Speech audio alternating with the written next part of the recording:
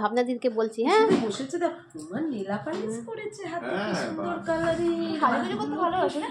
হ্যাঁ মেয়ে না সাজুগুজু তো করতে ভালোবাসে নিজে নিজেই, সব লিপস্টিক কাজল সব শেষ ঘরে। নখগুলো আর নেল পালিশটা দেখ তো।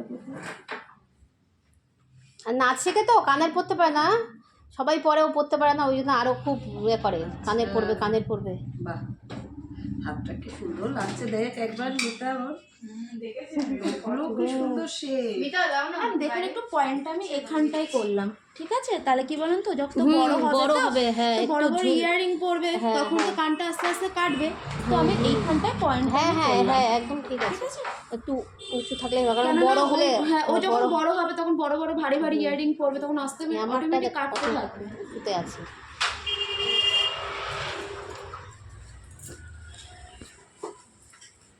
ভাবনা দিদি দেখো বলবে ইয়ারিং পরবে।